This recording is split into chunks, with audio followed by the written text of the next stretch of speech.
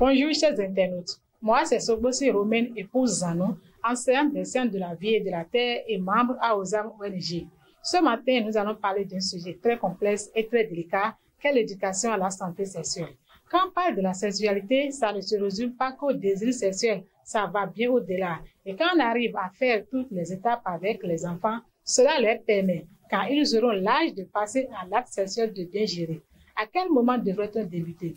L'éducation à la santé sexuelle est une démarche éducative, préventive, qui vise à apporter aux enfants, adolescents et jeunes des informations objectives et adaptées au développement. Elle permet aux parents de transmettre aux enfants les valeurs et recommandations comme le respect, le consentement, la responsabilité, etc. Alors, pour cela, elle devrait commencer très tôt et en intégrant les informations adaptées à chaque étape du développement de l'enfant.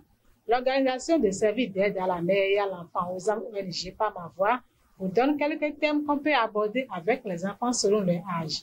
De 0 à 8 ans, les enfants doivent comprendre que leur corps ainsi que leur sexe sont très précieux et qu'ils doivent bien protéger et bien en prendre soin.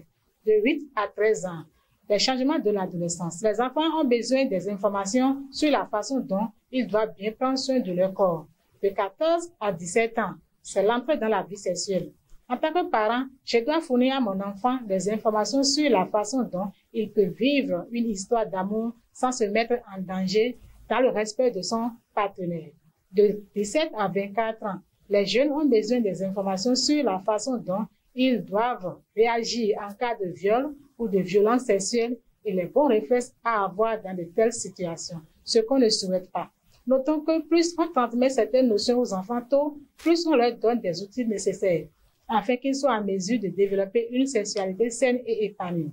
Il n'est jamais trop tôt, mais il peut être trop tard pour parler de la sexualité à son enfant. À défaut de cet encadrement, les enfants, quand ils grandiront, se réfèrent à d'autres sources peu crédibles et bonjour les dégâts parfois irréversibles. Chers parents, retenons que l'éducation à la santé sexuelle présente de nombreux avantages pour le développement de l'enfant, comme la prévention des abus sexuels, la prévention des comportements à risque, la connaissance de son corps, etc. Alors, pour qu'elle soit efficace, elle doit être précoce, complète et adaptée au développement de l'enfant. Chers internautes, ne pas le faire ou mal le faire fait de vous un parent irresponsable. Éduquez aujourd'hui pour protéger demain la sexualité sans secret. Merci pour votre attention et à la prochaine.